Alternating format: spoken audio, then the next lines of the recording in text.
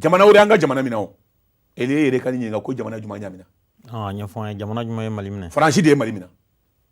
wala an ye ne de filɛ ka wolibali fi ɲɛna prêt an ne kɛ tuma min na an ka jamana min na an b'u fɔ ko wale ɲuman de ye ɲuman min kɛ hali n'u ye kojugu k'a kɔfɛ u nana u ye Konna libéré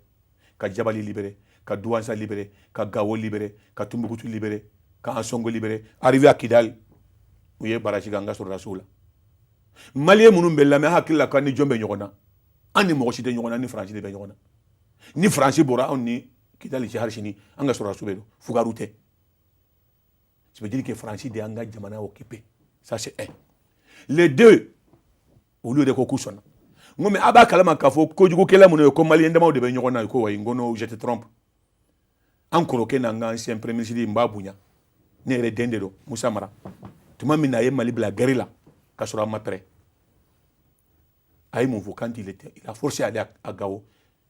à Kidal ça à Kidal mɔgɔw fagalen a ko là que je parle les pays engagés en guerre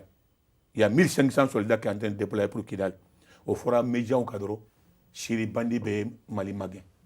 Libye bandi bɛ ye Mali magɛn Algérie bandi bɛ ye Mali magɛn Burkina bandi bɛ ye Mali magɛn Tchad bandi bɛ ye Mali magɛn terroristes minnu bɛ Mali kɔnɔ aw hakili la ko Malien dɔrɔn Eli